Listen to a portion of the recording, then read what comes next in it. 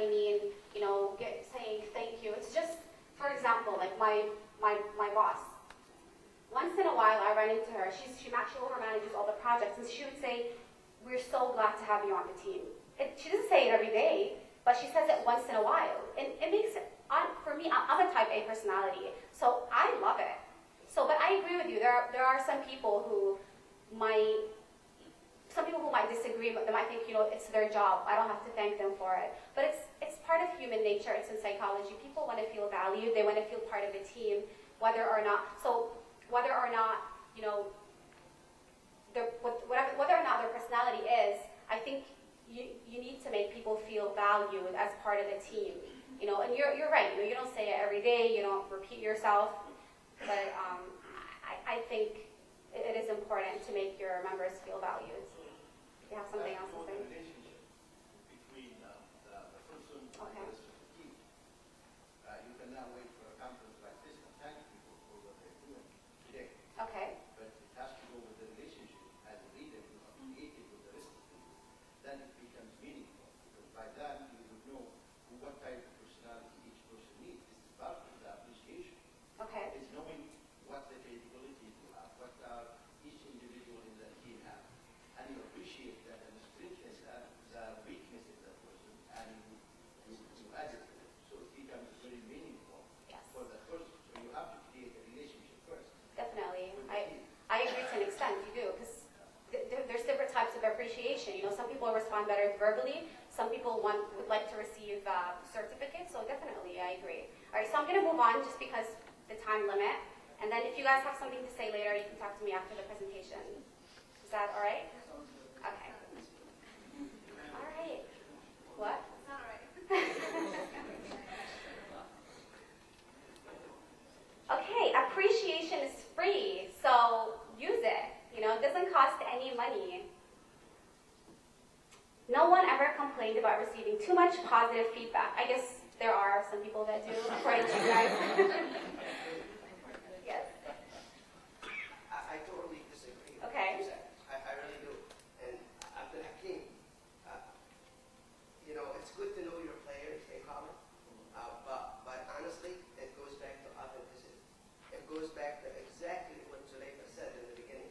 You are your work. You know? I'm really excited that you guys are participating. I'm glad you're engaged. Since we are a non-profit organization, appreciation is part of the factory or manufacturing. So what about we take an appreciation that leaders create a leader? It's like if you are a big guy, how come you're not sharing to get in a small guys after you? That's appreciation. Let's call it. Let's say, for example, Ali Shami. When he reads something good, he's sharing with everybody. This just gives us an information. This is a good thing, and this is where you try to follow up. This is what the point I'm getting to. I think that is considered appreciation. You know, if you're a leader and you receive good information that can help people be better members or better members of society, and you share that information, I think as a member you would feel appreciated because you feel that your leader cares about you and cares about your advancement and your future. So I agree. I'm going to leave that you're the last one. And okay, yeah. Brother Ali Shambi, honesty is really important, but it's kind of tricky because if you're giving psychology, it's a positive reinforcement for the behavior. You say you appreciate to reinforce that behavior. It depends on who you're dealing with. Sometimes you're dealing with a child. The mothers could be making the omelet and telling her son, "You did a good job." She may not really mean it. That's not really authentic. But that's what I said. If you're authentic, if she you're may not true. be authentic, but she's encouraging him for his behavior, and that's still appreciation. It's not necessarily authentic, but it's really reinforcing the positive behavior. You're talking psychology now. Yeah. It's a psychology. One more. Thank you. I think appreciation makes people feel valued. Okay. And I think people are stuck in, I think different people like different modes of appreciation. So giving somebody a card, a thumbs up, a smile, it doesn't have to be always verbal. And I think it also, some people might like appreciation on a one-to-one rather than in public. And I think that also makes a difference. Like, some people don't like to be appreciated in public. You know? I And agree. I agree. they don't like the spotlight, they don't like, you know. I agree, definitely. So I think that's the difference. But one last thing, and this is a question, do you, although I feel like everybody does get, you know, feels valued when they're appreciated, do you notice that for some people, like in your other list when you had the employee and the manager, that may not be the motivating factor for everyone? Exactly. But it might not be the #1 motivator factor, but it is a motivator. Do you agree with that? Do you think? It's too late. I mean, just because appreciation is a motivator doesn't mean that the other motivators don't apply. Like maybe somebody's in a conference or is a member because they want a sense of belonging, and that's their motivator. Exactly. They want to belong to something. Exactly. And I agree with you. You know, for me, if I'm in a job and I'm only getting appreciated, but I don't feel as part of a team, or you know, I'm not being compensated as to the extent that I think I deserve. Appreciation, okay, it's gonna make me feel good, but eventually I'm not gonna stay. So sometimes you need more than one motivator, definitely. Actually, all the time you need more than one motivator. I believe, if I understood Manal right, there is two different, it's not just only employees management. You're next. It's not just only employees and management. They're not appreciating the He's gonna give him a minute. I'll give you a minute. Make a reservation, okay. It's human behavior. Yeah, Sorry, it's go not ahead. just only employees management, so it could be among the employees themselves. There is a different #1 in Hierarchy. A and then number 8 in B. So appreciation is #1, and the same employee here and his co-worker appreciation is #6, whereas this manager appreciation is #8, but this manager appreciation is #2. Yes. So that's basically, Definitely. I think that's Definitely, and the research study that I showed, that's just the average. There's Yeah. always there's always more or less. Appreciation came as average as #1, but doesn't mean that there aren't any other motivators. Thank you for sharing. Yes.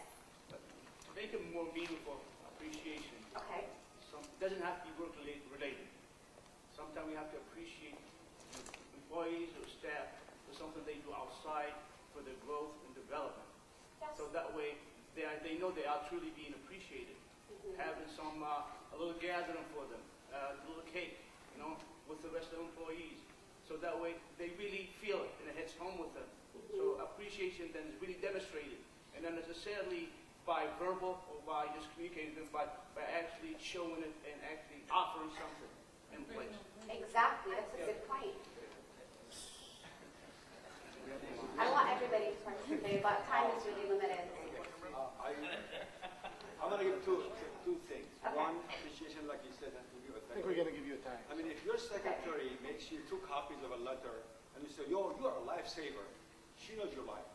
That's what I appreciate. I think that's, you are trivializing her because you're giving her praise for something that she does without any effort. There's no extra effort because she will think that you're fake. But at the same time, if you get a letter from outside of your office, people say you're doing a wonderful job, and you forward that email to everybody in the office and say, hey, hats off for everybody. Then they know that you feel good about it because you're proud of their work, and you're actually appreciating them because they're the ones who make you successful as a manager. So again, be real, be authentic, and don't repeat something that is not really worth repeating. Because if you say it every time I agree. for a small thing, then when you say the real things, it doesn't show up. I agree. 100%. Yes. Yeah, I think you mentioned about appreciation as a tool to motivate people to do better and to feel good about themselves. That's true in this case and from this perspective. But for us, from our background, we know that Rasul Sallallahu Alaihi Wasallam said, "Anfa'ukum lin-nas aqrabukum minni manzilatan yawm al-qiyamah." So you can actually utilize motivation according to the background of individuals. Like for instance, the way that you put this with Dr. Canfield, he comes from a different background. Jack Canfield. Yeah, if we take these a little bit farther and we try to immerse it in our culture, you can also utilize those things, these religious things, to make people feel good about themselves. Some sometimes people also can actually talk to themselves. If he is not appreciating me, I'm looking for a word from Allah subhanahu wa ta'ala. That's the point I wanted to make.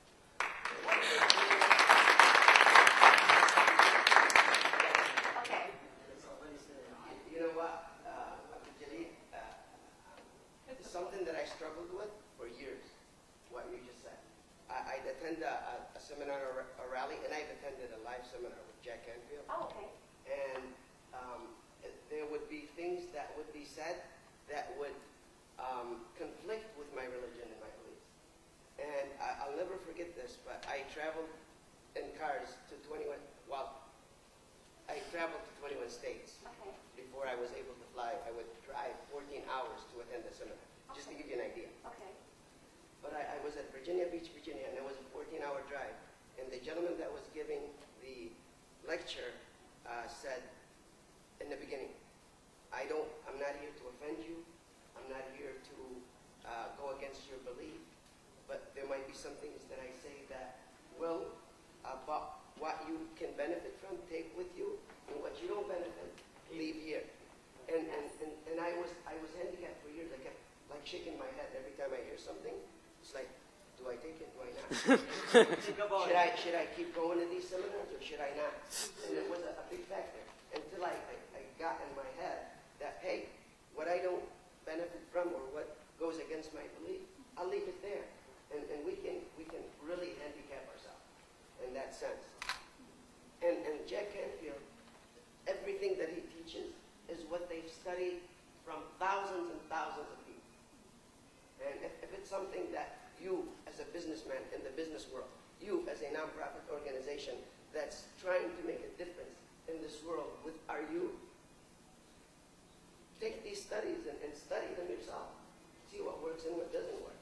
But don't handicap yourself. Think, oh, this guy's background, and he, by the way, he's Jewish. You see? Now, some of my best friends are Jewish. But no, I'm just saying. But now, do I believe in what they believe?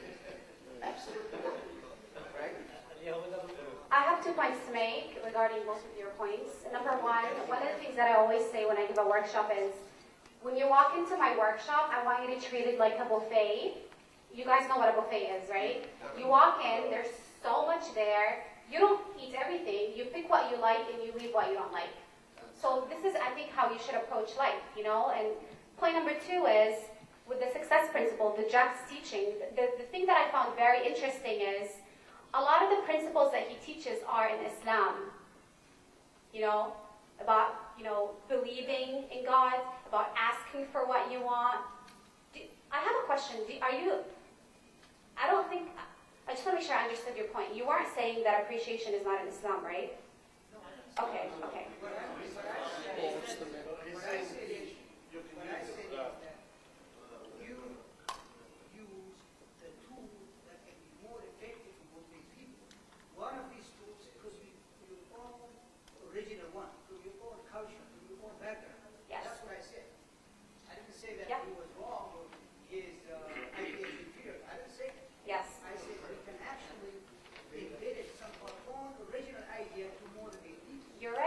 You're right, but at the same time, if you look at history, as-Sahaba and Muslims, they used to travel to look for al-ilm, right? And the Rasul wanted us to go and look for knowledge, whether it's knowledge from the Gharb. People used to travel to Furs, يروحوا للصين, looking for knowledge, although these people are not Muslims. Again, it's all about, take what you agree with, leave what you don't agree with. Are we on the same page now? Yes. One more comment that's I feel is important about appreciation. Okay. Dale Carnegie is another world great leader Yes. in those topics. When he talks about the backhand appreciation, that's something we need to avoid when we appreciate somebody. So saying comments like, you're so good, you look so good for your age. This is a, it's a good comment, but there is another side to it. It's like, you're telling the person that you're old. Or maybe a comment that could be said like, you're good to, like, for a Yemeni, bird. I mean, it's like you're telling them they're good, but at the same time, You're underestimating, like,